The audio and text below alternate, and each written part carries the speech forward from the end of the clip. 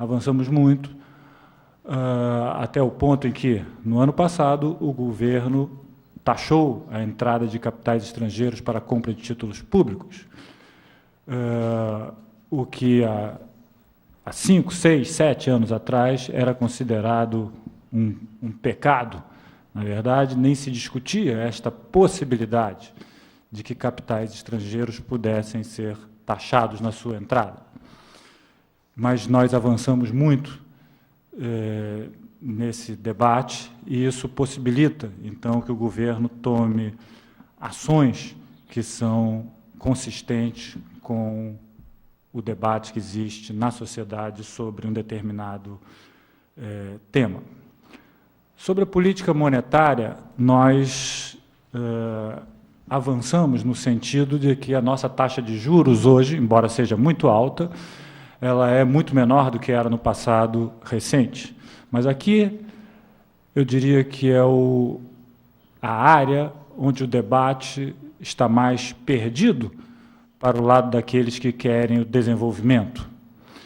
E não depende, a nossa taxa de juros, que é alta, hoje está em 10,25%, a nossa taxa de juros básica, ela não depende exclusivamente do Banco Central, da sua diretoria.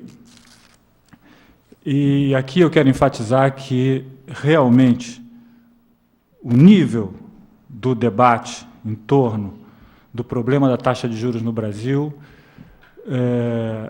tem colocado aqueles que defendem uma política monetária mais voltada para o desenvolvimento numa posição mais difícil. E aqui eu quero detalhar um pouco mais. Há interesses na sociedade muito fortes que defendem uma taxa de juros mais elevada. E há também aqueles que estão completamente adaptados a uma taxa de juros mais elevada. Nós tivemos, ano passado, uma taxa de juros, durante a crise, uma taxa de juros na faixa de 8%. Entretanto, essa taxa de juros, que era considerada muito alta, e é alta, de fato, quando comparado com outros países, ela é uma taxa de juros que não poderia ser reduzida muito mais do que isso. Afinal, nós temos no Brasil um ativo chamado caderneta de poupança, que tem um piso de 6%.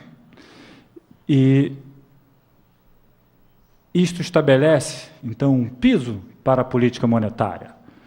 O Banco Central não poderia reduzir a taxa de juros para 7%, para 6%, para 5% ou para 4%, porque seria impossível financiar a dívida pública, onde se tem um ativo concorrente que estabelece uma taxa de juros piso para o Brasil de 6%. Este é um interesse que tem muita força política. É quase, eu diria que, no momento atual, é quase que impossível que a regra da caderneta de poupança seja alterada, para que possamos alterar a taxa básica de juros. Diria que fundos de pensão, os principais fundos de pensão brasileiros, têm seus ativos, grande parte dele, a maior parte deles, em títulos da dívida pública. E esses fundos de pensão são os fundos de pensão da Petrobras, do Banco do Brasil, da Caixa Econômica, onde os trabalhadores se beneficiam da taxa de juros mais elevada, onde os dirigentes dos fundos de pensão, embora possam criticar publicamente a taxa de juros, são beneficiados na sua gestão por uma taxa de juros mais elevada. O grau de concentração bancária é muito alto no Brasil. 6 bancos oferecem 95% do crédito no Brasil. Com uma concentração bancária dessa ordem, eu diria que é difícil se pensar também numa taxa de juros mais baixa do que nós temos. E diria também, consumidores, inclusive aqueles de baixa renda, estão completamente adaptados a uma taxa de juros alta. Consumidores de baixa renda tiveram acesso ao crédito no Brasil nos últimos anos O crédito no Brasil se ampliou de 23% do PIB em 2003 para, esse ano deve fechar em 49% do PIB, com um PIB muito maior. Então, o crédito se ampliou muito no Brasil nos últimos anos. Indivíduos de baixa renda tiveram acesso ao crédito, mas não reclamam da taxa de juros, que é extremamente elevada. Apenas fazem o cálculo se a parcela mensal a ser paga cabe ou não dentro do seu rendimento.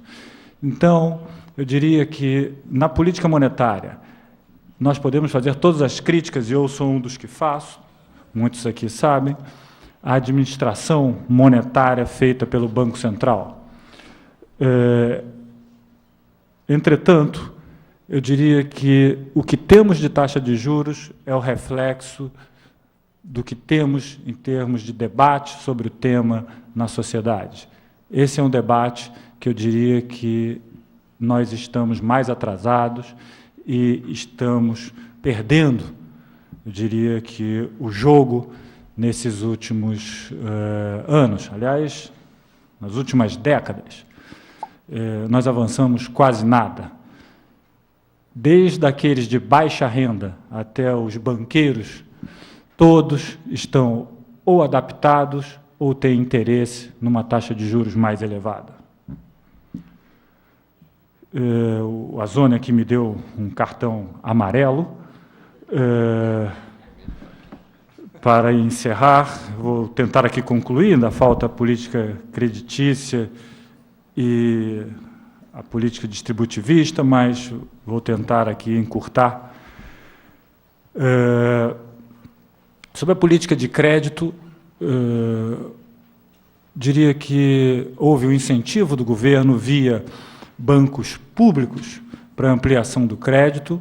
O crédito para o investimento cresceu muito no Brasil a uma taxa de juros relativamente baixa para os padrões brasileiros. A taxa de juros que o Banco Público de Desenvolvimento, o BNDES, oferece, está entre 6% e 7% ao ano. O BNDES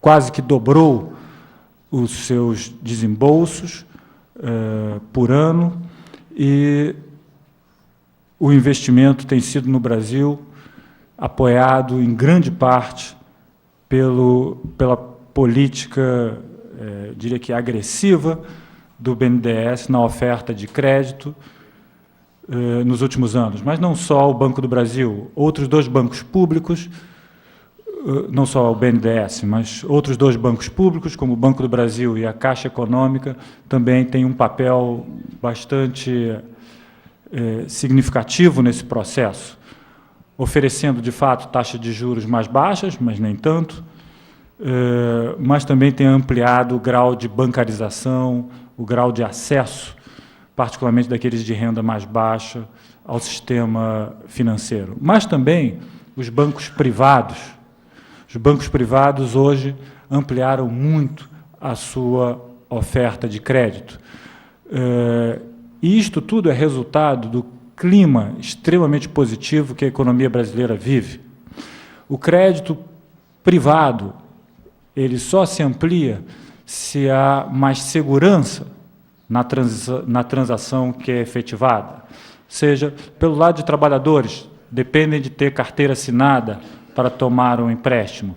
E para o banco oferecer o crédito, depende, do outro lado, também de segurança, de reduzir o risco de inadimplência. E isso depende, do outro lado, de ter alguém com carteira assinada e mais estabilidade no emprego. Então, o Saboia deve mostrar aqui, nós hoje estamos com um grau de formalização da mão de obra no Brasil de aproximadamente 60%. 59% é o nosso grau de formalização, atingimos no último mês, que foi divulgado o dado.